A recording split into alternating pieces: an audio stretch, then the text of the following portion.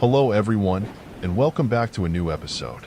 I know many of you use these videos to help you sleep, so before we begin, I thought it would be fun for everyone to say hello and leave a comment letting me know where in the world you're tuning in from. Your engagement really makes this channel special. And hey, if you enjoy getting your nightly dose of thrills and chills with us, why not hit that subscribe button below? It's the best way to never miss out on the latest terrifying tales. So kick back, relax, and let's get started. Rain hammered against the single-pane window of my cabin, the wind howling like a banshee outside. It was the kind of night that burrowed under your skin, making you instinctively pull the threadbare quilt tighter. As usual, Jasper, my ancient macaw, took umbrage at the weather. His normally vibrant plumage seemed dulled, his normally piercing eyes cloudy with disquiet. He squawked and paced his perch, a harsh, rhythmic series of clicks unlike anything I'd ever heard him utter. Unease prickled my scalp. Jasper had belonged to my great-grandmother, a woman known for her eccentricities and rumored connection to the occult. I inherited him after her passing, drawn to his intelligence and piercing gaze. But lately, his behavior had become unnervingly erratic, mimicking whispers in the dead of night, his vocabulary expanding to chilling pronouncements in long-forgotten languages. Tonight, however, was different. His clicks morphed into a frantic screech, a sound that sent shivers down my spine. "Hide! Hide!" he screeched, his scarlet tongue darting in and out. A primal fear gripped me, an echo of forgotten warnings from childhood stories about ravens and crows bringing omens of death. It was ridiculous, of course, but fear, fueled by the storm's fury, tightened its grip. As if in response to Jasper's frantic calls, a loud crack split the night. Lightning illuminated the window, briefly revealing a hunched figure standing at the edge of the clearing. The figure vanished as quickly as it appeared, but the echo of its ragged breath lingered in the silence that followed. My heart pounded a wild tattoo against my ribs. Grabbing a rusty hunting rifle from the wall, a relic from a bygone era, I checked the chamber, the metal cold against my clammy palm. Fear, however, made my movements clumsy, the bullets fumbling in my trembling hands. The floorboards creaked in the dead silence, coming not from outside but from within the cabin. It was the attic crawl space, a dusty, cobweb-filled void I'd never dared explore. The sound came again, a definite scratching noise, followed by a low, guttural moan. Panic bubbled up, hot and suffocating. Jasper's shrieks reached a fever pitch, the harsh clicks morphing into frantic squawks. I stumbled back, adrenaline surging, aiming the rifle at the access hatch to the crawl space. Suddenly, the hatch burst open. A skeletal hand, pale as moonlight, clawed its way through the opening, followed by another and another. A horrifying, rasping cough filled the air as a figure, impossibly thin and contorted, emerged. Its eyes, black pits devoid of pupils, locked onto mine. A horrifying realization crashed over me. My great-grandmother's rituals, the whispers of dark magic, they weren't just stories. And Jasper, with his uncanny whispers and forgotten languages, wasn't just a parrot. He was a conduit, a bridge between this world and the one beyond. The creature screeched, a sound that ripped through the storm's roar, filled with a hunger that sent icy chills down my spine. And in that unearthly screech, I heard something else, a faint echo, distorted and inhuman, but undeniably Jasper's frantic clicks. He wasn't just afraid. He was begging me to run. The creature lunged, its skeletal limbs reaching for me. My scream, hoarse and desperate, joined the symphony of the storm. I threw myself back, the rifle clattering to the floor. In the blink of an eye, the creature was upon me, its skeletal hands wrapping around my throat, its touch like ice. The darkness closed in, suffocating and cold. The last thing I heard, before the world faded away, was a blood-curdling screech. Not from the creature, but from Jasper. It wasn't a sound of fear, but one of rage, a desolate cry filled with a chilling, otherworldly knowledge. He hadn't been a warning. He'd been a participant. Dust motes danced in the pale square of sunlight that sliced through the grimy window of my antique shop. The air hung heavy with the scent of aged paper and forgotten stories. Outside, the city hummed with its usual cacophony, a symphony of honking horns and distant sirens that rarely penetrated the haven I'd built. But today, a different sound disturbed the quiet, a guttural rasp, almost reptilian, emanating from the back room. My heart hammered a frantic rhythm against my ribs. Raspy hisses weren't part of Mortimer's usual repertoire. Mortimer, an African gray parrot with an impressive vocabulary and a penchant for pilfering shiny buttons, had been my companion for longer than I cared to admit. He belonged to my grandfather, a man known for his eccentric tastes and rumored dabbling in the occult. Apprehension tugged at me as I crossed the creaky floorboards, the worn wood groaning under my weight. The back room, cluttered with forgotten treasures and oddities, was bathed in an eerie half-light. Mortimer, usually perched on his ornate stand, was nowhere to be seen. "Mortimer?" I called out, my voice echoing in the silence. Then, a flash of cobalt blue caught my eye. Mortimer was perched on a dusty grandfather clock, its pendulum frozen mid-swing. He wasn't just perched, though. He was clawing at the ornate brass face, his normally bright eyes filled with a frantic glint. "Mortimer, get down from there," I scolded, a hint of panic creeping into my voice. The clock was a family heirloom, passed down through generations. It was priceless, both sentimentally and monetarily. But Mortimer ignored me, his frenzy escalating. He raked his beak across the brass, letting out a series of hisses that sent shivers down my spine. An unsettling suspicion began to form. This wasn't just Mortimer being mischievous. This was something else. Suddenly, a crack resonated through the room, the sound emanating from the clock face. A spider web of hairline fractures snaked across the brass, and with a shuddering groan, the face gave way. A swirling vortex materialized in its place, a portal of churning black and pulsating violet light. A stench of sulfur filled the room, choking the air. My breath hitched in my throat. My grandfather's whispers about the clock, dismissed as fanciful ramblings all these years, echoed in my ears. It wasn't just a timepiece. It was a doorway, a bridge to somewhere unspeakable. From the vortex emerged a creature of nightmares, tall and skeletal, its skin stretched taut over its bones like tattered parchment. Glowing red eyes burned in its skull, the only light in its otherwise featureless face. A raspy cackle escaped its lipless maw, a sound that promised eternal torment. Mortimer, however, wasn't about to cower. With a screech that tore through the air, he launched himself at the creature. The sight that followed was both ludicrous and awe-inspiring. The normally dignified bird, feathers ruffled and eyes blazing, attacked the skeletal monstrosity with a ferocity I never would have believed possible. He darted between the creature's bony claws, snapping at its inky skin with a beak surprisingly strong. His screeches, laced with an otherworldly power, resonated through the room, momentarily pushing back the tendrils of darkness that spilled out from the vortex. My fear, momentarily forgotten, gave way to a mix of astonishment and desperate hope. Mortimer, it seemed, was more than just a pet. He was a guardian, a creature inexplicably tied to the clock and the horrors it held at bay. And tonight, he was putting his life on the line for me. Adrenaline surged through my veins. I couldn't just stand there and watch. My grandfather's dusty journals lay on a nearby shelf, filled with cryptic symbols and hastily scribbled notes on arcane rituals.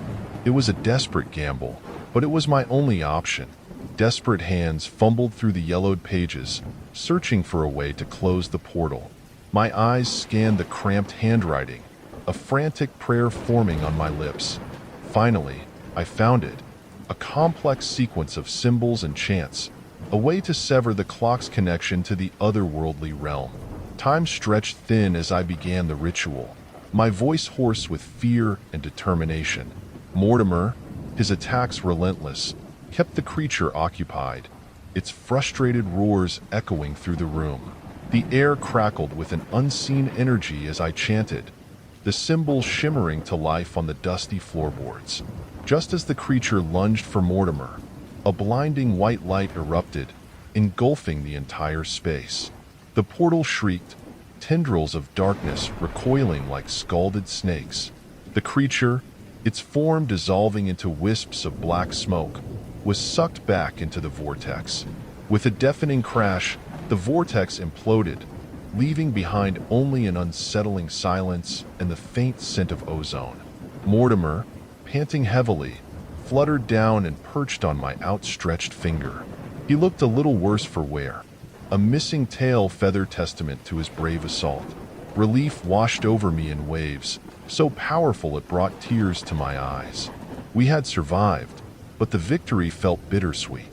The clock face remained shattered, a gaping wound in the past. The ordeal had irrevocably changed things.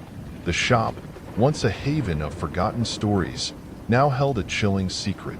Mortimer, no longer just a pet, was a silent guardian, forever linked to the darkness that lurked just beyond the veil. Together, we would keep watch, our bond forged in a terrifying night. The whispers in my grandfather's journals wouldn't be ignored. We would learn everything there was to know about the clock, its connection to the otherworldly realm, and how to keep it shut. A responsibility that weighed heavy on my shoulders. But one thing was certain, Mortimer and I wouldn't face it alone. We had each other, a strange and unlikely duo, forever united in our fight against the unseen horrors that lay just beyond the veneer of reality. The shop remained quiet, the afternoon sun casting long shadows on the dusty shelves. But beneath the surface, a new vigilance burned, a silent promise between a man and his parrot, bound by a shared encounter with the darkness.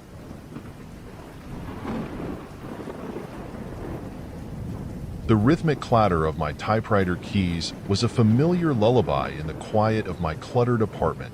Rain lashed against the window, a melancholic soundtrack to the night's work. I was on a deadline, the kind that forced stale coffee and burnt-out light bulbs to become your closest companions. Buried deep in a historical fiction novel about a forgotten civilization, I felt a tug on my sleeve. Glancing down, I saw a sight that sent a jolt through me. Perched on my arm, claws digging slightly into the worn fabric of my sweater, was a raven unlike any I'd ever seen. Its feathers weren't the usual jet black, but an iridescent blue that shifted shades with every twitch. Its eyes, however, were what truly disturbed me. They weren't the dark, intelligent eyes of a typical raven. They glowed with an eerie emerald fire. "Well, hello there," I mumbled, more to myself than the bird. It cocked its head, studying me with an intensity that made me feel like it was peering straight into my soul. Then, it let out a sound that wasn't the harsh croak I was expecting. It was a melody, an intricate sequence of high-pitched chirps that sent shivers down my spine. Intrigued, I carefully extended a finger towards it. The raven hopped onto my finger, its weight surprisingly light for its size. It nudged its beak against my finger, almost as if urging me to follow. Curiosity warring with a healthy dose of apprehension, I closed my laptop, the glow of the screen fading into the encroaching darkness. The raven tilted its head again, then flapped its wings, taking flight and leading me towards a dusty corner bookshelf. Nestled among leather-bound classics was a small, ornately carved wooden box. Its surface was etched with swirling symbols that seemed to writhe and pulsate under the dim light. Hesitantly, I reached out and touched the box. As my fingers grazed the cool surface, a warmth spread through them, traveling up my arm. The raven landed on my shoulder, its piercing gaze fixed on the box. A primal instinct screamed at me to pull away, but another, more curious part of me urged me to open it. With trembling fingers, I lifted the lid. A rush of cold air, laced with an unfamiliar metallic tang, swept over me. Inside, Nestled on a bed of velvet lay an amulet. It was a smooth, obsidian disc, pulsating with a faint inner light. The moment my eyes fell upon it, a kaleidoscope of images flooded my mind. Swirling nebulas, crumbling cities on a crimson moon, and terrifying creatures with eyes of molten gold. The raven let out a series of frantic chirps, flapping its wings in agitation. The images in my head intensified, a torrent of fragmented knowledge about the amulet, its connection to a forgotten race, and the unspeakable horrors it could unleash. I slammed the box shut, the image of the creature with molten gold eyes seared into my memory. The weight of the knowledge I just received settled heavily on my chest. I looked at the raven, who had flown back to my arm, its emerald eyes filled with a strange mixture of urgency and fear. Suddenly, the apartment lights flickered and died, plunging me into darkness. The only sound was the insistent drumming of the rain on the window. Terror coiled in my gut as a low hum filled the room, emanating from the box in my trembling hand. I knew then that this wasn't just an amulet. It was a doorway, and it was being forced open. A guttural growl echoed through the darkness, the sound of something monstrous clawing its way through. Fear threatened to paralyze me, but the raven's insistent chirps spurred me into action. I had to get rid of the amulet, sever the connection it had opened. Frantically, I grabbed my laptop, the familiar glow of the screen a beacon of normalcy. There, in a forgotten corner of the internet, I found a cryptic reference to a ritual, the only way to close the portal the amulet had opened. The instructions were vague, shrouded in allegory, but desperation gave me clarity. The ritual involved chanting specific syllables while holding the amulet over a burning basin of sage. As I gathered the necessary items, the raven flitted around the room, its blue feathers shimmering in the faint moonlight filtering through the window. Its chirps became a rhythmic counterpoint to my panic chanting. The air grew thick with an unseen energy as I completed the ritual. The amulet pulsed violently in my hand, a malevolent force resisting its closure. The raven, its feathers bristling, flew towards the amulet and cawed a defiant challenge. The entity on the other side roared, the sound a physical blow that knocked me back against the wall. The room filled with an inky blackness that threatened to consume everything. Then, with a deafening crack, the blackness receded, sucking the entity along with it. Silence descended, thick and heavy. The raven landed on my shoulder, its emerald eyes dull with exhaustion. The amulet lay on the floor, inert. The adrenaline drained from me, leaving me shaking like a leaf in a hurricane. Relief washed over me like a tidal wave, leaving me weak and breathless. I cradled the raven close to my chest, its feathers a comforting warmth against my skin. We had survived, but the encounter had irrevocably changed the course of my life. The amulet, once a relic, now bore the weight of a terrifying secret. I knew I couldn't just shove it back in the box. I needed to understand its origins, its purpose. The raven, I discovered later, was no ordinary bird. It was a guardian, chosen by some forgotten power to protect the amulet, to keep it hidden from those who sought to exploit its dark potential. And me? I was now its reluctant keeper, bound to the raven and the secrets it held. We were an unlikely pair, the jaded novelist and his otherworldly companion. But we had faced the unknown together, and now we would face it again. Research consumed the following weeks. Dusty libraries became my haven, deciphering ancient texts that spoke of the amulet as a key, a gateway to a vanished civilization and the power that fueled their downfall. The raven, ever my watchful companion, would perch on my shoulder as I delved into the abyss of knowledge. It became my muse, its blue feathers a constant reminder of the darkness we had glimpsed and the delicate balance we now held. The future stretched before me, uncertain yet undeniably thrilling. I was no longer just a writer. I was a guardian, a protector of a secret that could rewrite the world. The path ahead was perilous, fraught with danger, but I wouldn't face it alone. The raven, its emerald eyes reflecting an ancient wisdom, would be by my side, a bond forged in the crucible of a terrifying night. We were a team, an odd couple destined for an extraordinary adventure. The rain outside had stopped, replaced by a shy peak of dawn. A new day had arrived, and with it, a new chapter in my life, a chapter written in the language of the unseen.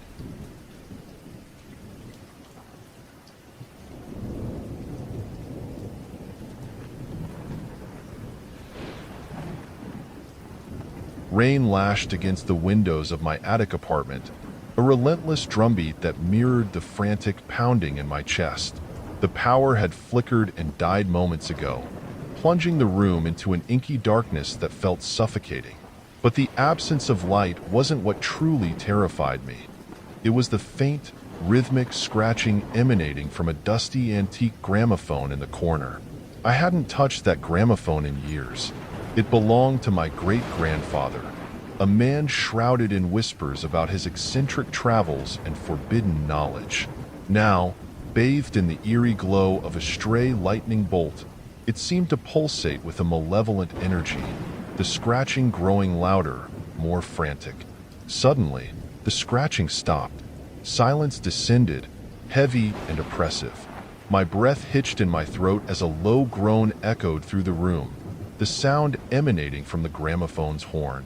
Then, with a deafening crackle, a bolt of emerald lightning erupted from the horn, illuminating the room in a sickly green light. A figure materialized within the green lightning, a tall, gaunt creature with skin like cracked leather and eyes that burned like embers. It wore a flowing robe woven from what appeared to be spider silk, and its long, skeletal fingers twitched with an unsettling hunger. The vessel, the creature rasped, its voice a cacophony of whispers. Deliver it, mortal, and be spared your inevitable doom. Fear choked my voice. What vessel? What did this nightmare creature want?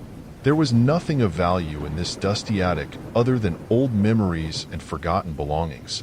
Then, my gaze fell on a simple wooden box tucked away on a shelf.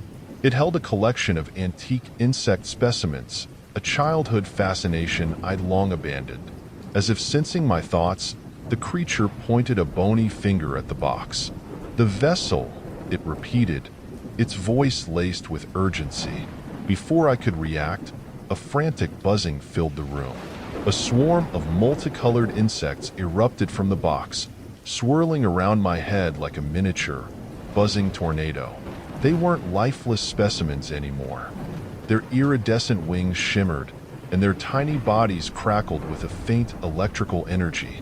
The creature recoiled, its burning eyes widening in surprise. It hissed, a sound like hot coals spitting, and raised a hand to swat away the insects. But they were too fast, too numerous. They swarmed around the creature, their buzzing growing louder, more intense. Emboldened by this unexpected defense, I lunged for the ancient book on entomology that lay open on the floor. With trembling hands, I flipped through it, searching desperately for an explanation. According to the book, certain rare insects, under extreme circumstances, could become conduits for powerful electrical energy. A plan, risky and desperate, began to form in my mind. Grabbing a magnifying glass from the bookshelf, I focused the sunlight streaming through a hole in the roof onto the swarm of insects. It was a long shot, but I hoped to intensify the electrical energy they were channeling. As the sunlight hit the insects, they glowed brighter, buzzing with a renewed fervor. The creature let out a piercing shriek, its form flickering and distorting under the onslaught. With a final agonizing cry, it dissolved into a wisp of green smoke, sucked back into the gramophone horn. Silence descended once again, broken only by the soft buzzing of the insects as they settled back into the box. Exhaustion washed over me, my legs giving way as I crumpled to the floor. The experience left me shaken and terrified. Yet, a strange sense of wonder mingled with the fear. My childhood curiosity over insects had, inadvertently, saved me from a terrifying entity. The next morning, I started researching the origins of the gramophone and the box of insects. My research led me down a rabbit hole of forgotten lore, filled with stories of interdimensional breaches and creatures from beyond the veil. Apparently, the insects, hailing from a long-lost civilization, were the guardians of this realm, and the gramophone, an ancient artifact, was the key to the breach. The responsibility weighed heavily on me. I became the unwilling custodian of a terrifying doorway, with the buzzing insects as my unlikely protectors. The world outside continued its daily routine, oblivious to the potential disaster lurking in a dusty attic apartment. But I knew, and now, I was forever bound to a world of unseen horrors and the humming sentinels that kept them at bay. The rain had stopped, replaced by a sliver of pale sunlight peeking through the attic window. The box of insects sat on the shelf, a constant reminder of the monstrous possibilities that existed just beyond our realm. As long as they remained quiet, I knew there was a semblance of peace. But a tiny part of me couldn't help but wonder, how long would their buzzing silence hold? The flickering neon sign outside my dusty bookstore cast an eerie glow on the chipped porcelain doll perched at the register. Its vacant glass eyes stared out at the deserted street, a silent sentinel in my world of forgotten stories. Tonight, however, the silence felt heavier than usual, laced with an unseen tension. A sudden gust of wind rattled the antique weather vane on the roof, sending a discordant chime echoing through the store. The hairs on my neck prickled. It wasn't the wind. The air hung thick with a strange energy, a low hum that resonated beneath the floorboards. Intrigued and more than a little apprehensive, I crept towards the back room, the source of the unsettling hum. Pushing open the creaking door, I froze. A swirling vortex of inky blackness pulsed in the center of the room, pulsating with an unnatural light. From its depths, a clawed hand emerged, long and skeletal, its nails dripping with a viscous black liquid. A wave of nausea washed over me, the metallic tang of fear filling my throat. But before I could scream, a raspy voice, like nails scraping a chalkboard, echoed through the room. "The key," it rasped, its voice dripping with malice. "Where is the key?" Before I could even comprehend what was happening, a tiny streak of white streaked past me, a small white mouse with a defiant glint in its beady black eyes. It landed on the edge of the vortex, its tiny body trembling as it chirped a series of rapid squeaks. The voice in the vortex hissed, "Silence, vermin!" and a tendril of inky blackness lashed out towards the mouse. The creature dodged narrowly, its tiny claws scraping against the dusty floorboards. This wasn't just any mouse. This was Jasper, my bookstore mascot, a constant companion known for his penchant for pilfering cheese puffs and napping in sunbeams. But tonight, Jasper was facing down a terrifying entity from another dimension, his courage defying his size. Driven by a primal urge to protect my furry friend, I lunged for a heavy brass bookend lying by the dusty fireplace. With a roar that rattled the windows, I slammed it down on the tendril of darkness. It recoiled as if burned, emitting a high-pitched squeal that sent shivers down my spine. The entity in the vortex pulsed angrily. "You dare interfere, mortal? You will suffer for this." Jasper, emboldened by my attack, let out a series of defiant squeaks. Then, to my utter astonishment, he began to glow. A soft, white light emanated from his tiny body, pushing back against the inky tendrils of darkness. The world seemed to bend around me, the air crackling with unseen energy. I stumbled back, my vision blurring as the inky blackness in the vortex grew more intense. It pulsed once, twice, and then with a deafening whine, it collapsed in on itself, imploding in a flash of blinding light. When the dust settled and the light faded, silence reigned. Jasper stood panting on the floorboards, his white glow fading but a faint hum still clinging to his fur. The vortex was gone, replaced by a faint scorch mark on the dusty wooden floor. Relief washed over me in waves, so strong it brought tears to my eyes. I scooped Jasper up, cradling his tiny body close. He had saved me, a brave little mouse defying a creature of nightmares. The following days were a blur of research. Dusty scrolls and ancient tomes held the key to understanding what had happened. Jasper, it turned out, wasn't just any mouse. He was a guardian, a creature chosen to protect an ancient amulet, the source of the vortex, from falling into the wrong hands. And I, apparently, was now the unwitting keeper. The amulet, an unassuming porcelain doll with vacant glass eyes, nestled harmlessly on the counter, now bore the weight of a terrifying secret. The knowledge terrified me, yet a tiny spark of pride flickered within. Jasper, my loyal companion, wasn't just a pet. He was a protector entrusted with a cosmic duty. And I, the dusty bookstore owner, was now part of a bizarre and terrifying mission: to safeguard the amulet and prevent the horrors it held at bay from ever escaping.